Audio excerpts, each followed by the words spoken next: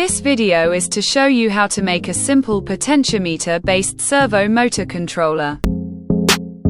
To make this servo motor controller we need 50K potentiometer, NE555 IC, 220K ohm, and 10K ohm resistor, PCB board, and some male-female headers.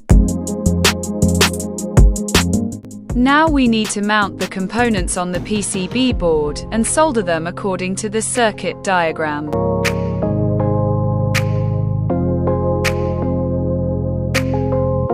If you need a circuit diagram, please let me know in the comments.